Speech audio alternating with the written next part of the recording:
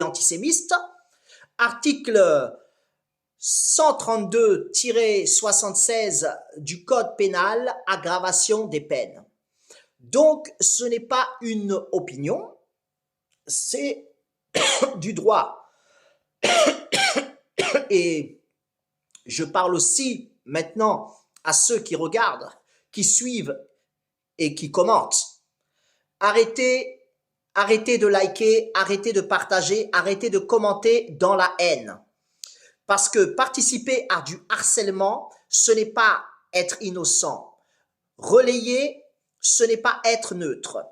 Encourager, ce n'est pas être spectateur. Vous prenez aussi une responsabilité sur le plan juridique.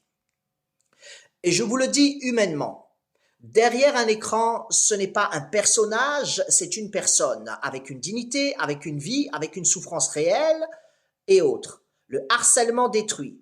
Maintenant, j'adresse un message aux victimes. Si vous vivez ce genre de choses, ce genre de harcèlement, ne vous taisez pas. Gardez les preuves. Faites des captures, des enregistrements. Notez tout et utilisez la loi. Vous n'êtes pas seul. Et maintenant, je vais terminer avec quelque chose de plus profond.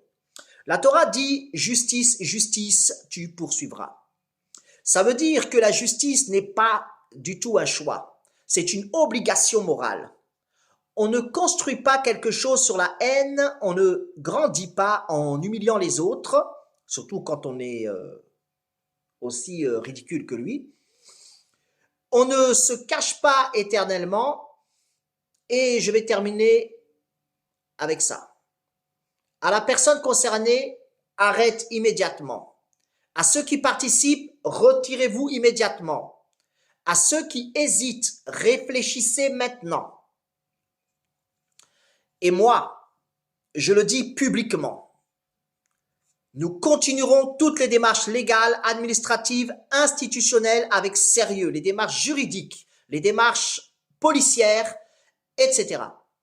Avec preuve et jusqu'au bout, avec les autorités au-dessus des autorités. Sans haine, mais sans abandon non plus. Abonnez-vous et partagez. Diffusez ce message un maximum.